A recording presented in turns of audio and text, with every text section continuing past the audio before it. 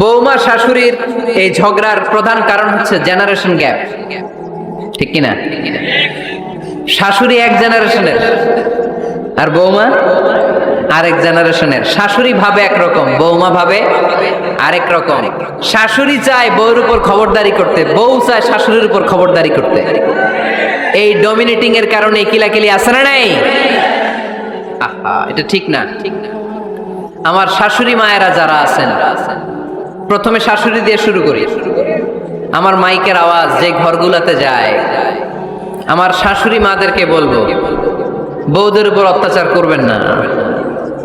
ছেলেরে প্রশ্ন করে, তোর কাছে তোর বউ বড় না আমি বড়? আছে না নাই? এটা একটা প্রশ্ন হইল।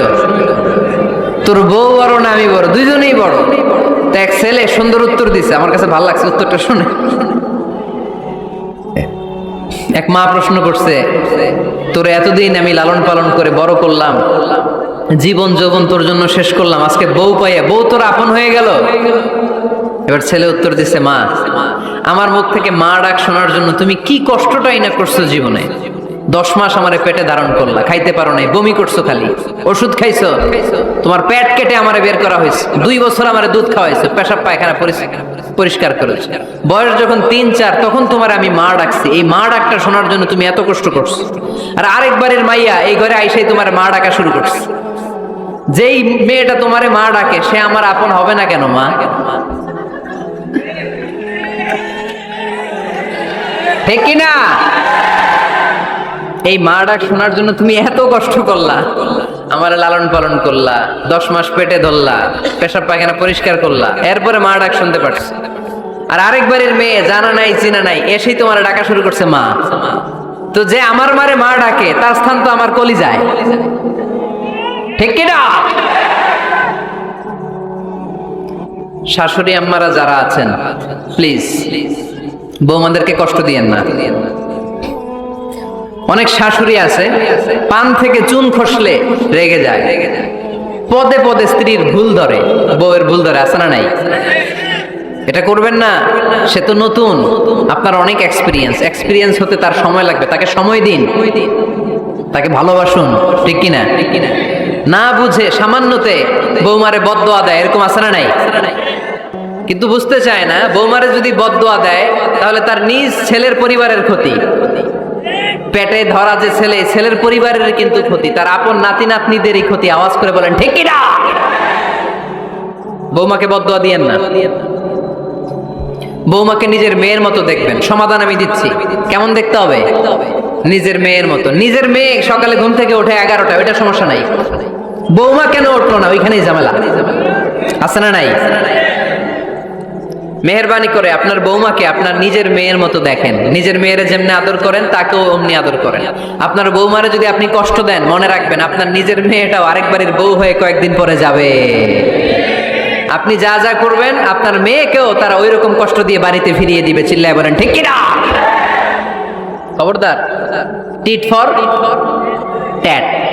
ইটটি মারলে পাটকেলটি খেতে হয়। এজন্য শাশুড়ি আম্মা জানারা যারা আছেন, বৌমার সাথে খারাপ আচরণ করবেন না মেহেরবানি করে। তাকে আপনি কষ্ট দিলে আপনার নিজের মেয়েটাও আরেক বাড়ির বৌমা হবে, সেও ওই বাড়িতে এই কষ্টগুলো ভোগ করবে। এগুলো যখন আপনি শুনবেন তখন আপনার চোখ দিয়ে পানি পড়বে কি পড়বে না?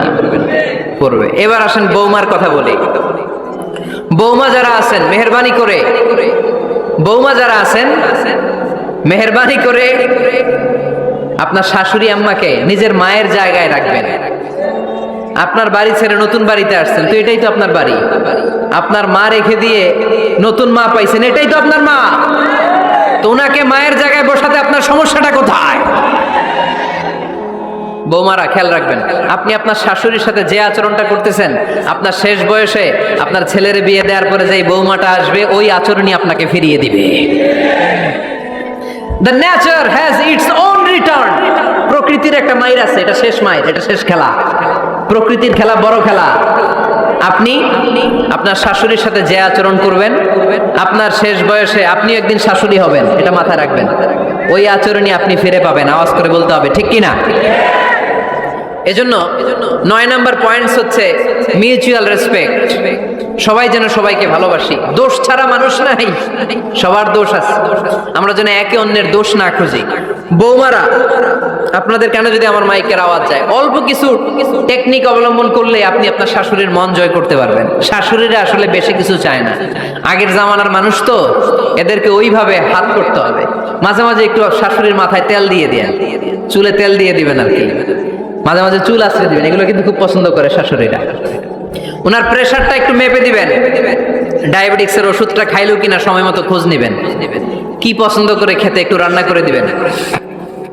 যেই বক্তার ওয়াজ শুনতে পছন্দ করে ওই বক্তার ওয়াজগুলো ডাউনলোড করে শাশুড়ি আম্মাকে দিবেন, ইসলামী বই দিবেন। দেখবেন বয়স্ক নারীরা মাহফিল যেতে খুব পছন্দ করে, ওয়াজ শুনতে খুব পছন্দ করে, নবীদের কাহিনীগুলো শুনতে পছন্দ করে। বসায় বসে একটু কাহিনীগুলো শোনাবেন। বাইরে বেরোলে জিজ্ঞেস করেন, আম্মা আপনার কিছু লাগবে কিনা। আরেকটা টিপস আছে, চুল যখন আশ্রাবেন আর শাশুড়ির মাথা যখন তেল দিয়ে দিবেন, তখন অতীতের কথা জিজ্ঞেস করেন। দেখবেন অতীতের স্মৃতিতে হারিয়ে গিয়েছে আপনার শাশুড়ি। কি জিজ্ঞেস করবেন জানেন? জিজ্ঞেস করবেন, আম্মা জান, মুক্তিযুদ্ধের সময় আপনার বয়স কত ছিল? ওই সময় মুক্তিযুদ্ধের সময় আপনাদের এলাকায় কি কি হয়েছিল মা? আরেকটা প্রশ্ন করবেন, মা বিয়ের সময় আপনি কেমন ছিলেন? ওই দিন দেখবেন বুড়ি আর বুড়ি নাই, জুয়ান হয়ে গেছে। ওই দিন বলবে, মা আমি অনেক সুন্দরী ছিলাম, আমার মাথায় অনেক চুল ছিল, আজকে নাই। আমগো গ্রামে আমার সাথে সুন্দরী মাইয়া ছিল না। অতীতের স্মৃতিতে, স্মৃতি হাতরাতে হাতরাতে তিনি হারিয়ে যাবেন।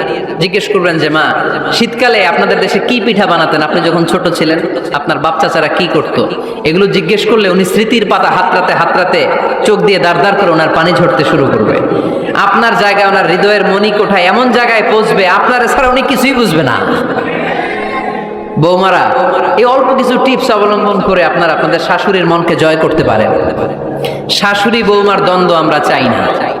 আমরা চাই শাশুড়ি বৌমাকে নিজের মেয়ের মতো জানুক, আর বৌমা শাশুড়িকে আপন মায়ের মতো ভালোবাসুক, ঠিক কিনা? এই মিউচুয়াল রেসপেক্টই পারে শাশুড়ি বৌমার দ্বন্দ্বকে দূর করতে, আর ঘরটারে শান্তির টুকরা বানাতে। আওয়াজ করে বলেন ঠিক কিনা? কয়টা গেল? আর আছে কয়টা? দোয়া করবেন একে অপরের জন্য। দোয়া, সাইয়েদনা ইব্রাহিম ফ্যামিলির জন্য দোয়া করতেন, রব্বি জাআলনি মুকিমাস সালাতি ওয়া মিন যুররিয়াতি রব্বানা ওয়া তাকাব্বাল দুআ। ও আল্লাহ, আপনি আমার নামাজ কায়েমকারী বানান, আমার কলিজার টুকরা সন্তান ইসমাইলকেও নামাজ কায়েমকারী বানান। আমার দোয়াটা আপনার দরবারে আপনি কবুল করে নেন। সুবহানাল্লাহ পড়েন। রব্বানা إني أسكنت من ذريتي بواد غير ذي زرع عند بيتك المحرم। ও আল্লাহ, আমার সন্তান সন্ততি, আমার ফ্যামিলিকে ধুধু মরুপ্রান্তর এই উপত্যকার মধ্যে তোমার কাবা ঘরের সামনে রেখে গেলাম। তাদেরকে তুমি নামাজ কায়েমকারী বানিয়ে দিও। গোটা বিশ্বের সব মানুষের অন্তর আমার ফ্যামিলির দিকে আল্লাহ তুমি ঝুঁকিয়ে দিও। ওয়ারযুকহুম মিনাস সামারাত, ফলমূল দিয়ে আল্লাহ তুমি তাদেরকে রিজিকের ব্যবস্থা করে দিও। তার মানে সব নবীরা তাদের পরিবারের সদস্যদের জন্য দোয়া করতেন কি করতেন না? আবার কোরআন আমাদেরকে শিখালো, রব্বানা হাব লানা মিন আজওয়াজিনা ওয়া মিন যুররিয়াতিনা কুররাতা আ'য়ুন ওয়াজআলনা লিল মুত্তাকিনা ইমামা। ও আল্লাহ, এমন নেককার সন্তান, এমন নেককার স্ত্রী আপনি আমাকে দান করেন যাদের দিকে তাকালে আমার চোখ দুইটা ঠান্ডা হয়ে যায়। চক্ষু শীতলকারী স্ত্রী দেন। বিয়ে যাদের হয় নাই, ইয়াং ছেলেরা এই দোয়াটা করবা। বিয়ের জন্য দোয়ার দরকার আছে না নাই? প্রতিদিন এই দোয়া করবা, আল্লাহ এমন স্ত্রী দেন, এমন জীবন সঙ্গিনী আপনি আমাকে দেন, এমন লাইফ পার্টনার দেন যার দিকে তাকালে আমার চোখ জুড়িয়ে যায়। এমন সন্তান আল্লাহ আপনি আমার ফ্যামিলিতে দেন যাদের দিকে তাকালে আমার চোখ দুইটা ঠান্ডা হয়ে যায়। নেককার সন্তান, নেককার স্ত্রী আল্লাহর কাছে দোয়া করে চেয়ে নিতে হয়। তাহলে ফ্যামিলি মেম্বার একে অপরের জন্য দোয়ার দরকার আছে না নাই? বাবা দোয়া করবে ছেলের জন্য, ছেলে করবে বাবার জন্য, মা দোয়া করবে মেয়ের জন্য, মেয়ে করবে মায়ের জন্য, ভাই করবে বোনের জন্য, বোন করবে ভাইয়ের জন্য। দোয়ার দরকার আছে না নাই? দোয়া করবেন সবাই সবার জন্য। এই যে কোরআনের বঙ্গানুবাদ পাওয়া যায় না এখন, কথা বলেন। স্মার্টফোন আছে কার কার দেখি? হ্যাঁ, কারা কারা স্মার্ট দেখি? হাজার হাজার স্মার্ট, মাশাআল্লাহ। এই স্মার্টফোনের ভেতরে আল কোরআন নামে বাংলায় কোরআনের একটা অ্যাপস পাওয়া যায়, কথা বলেন। পাওয়া যায় কি যায় না? আজকে থেকে এই অ্যাপসটা ডাউনলোড করে প্রতিদিন 1 আয়াত 2 আয়াত 3 আয়াত করে পড়া শুরু করে দেন। বাঁচতে হলে পড়তে হবে, বাঁচতে হলে জানতে হবে, ঠিক কিনা? এই স্লোগান আমাদেরকে শিখায়। এই স্লোগান তো আল্লাহ, এই স্লোগান দিয়েই তো আল্লাহ কোরআন শুরু করছে, ইকরা বিসমি রাব্বিকাল্লাযী খালাক। বাঁচতে হলে জানতে হবে, বাঁচতে হলে পড়তে হবে, পড়ার কোনো বিকল্প নাই। আওয়াজ করে বলেন ঠিক কিনা? সুজানগরের ভাইয়েরা, মোবাইলের অ্যাপসের ভিতরে আমরা কোরআন রাখতে রাজি আছি তো সবাই? হাদিসের অ্যাপস ডাউনলোড করতে রাজি আছি তো? বাস রাজি আছি, ডাউনলোড করে রাইখা দেবো, আর কেউ পড়বো না নাকি? হ্যাঁ, প্রতিদিন একটা আয়াত হলেও যেন আমরা পড়ি। আল্লাহ যা বলা দরকার সব বলে দিয়ে গেছে, নতুন করে আর কিছু বলবে না। আমরা যেন পড়াশোনা করি, আমরা যেন একটা পাঠাগার বানাই। আবারও কখনো আসার সুযোগ হইলে আমি জিজ্ঞেস করবো, যদি আমার মনে থাকে যে আপনাদের পাঠাগার আছে কার কার ঘরে, সেদিন সবার হাত তুলতে হবে। এমনি পারা যাবে তো? আল্লাহ তুমি তৌফিক দাও।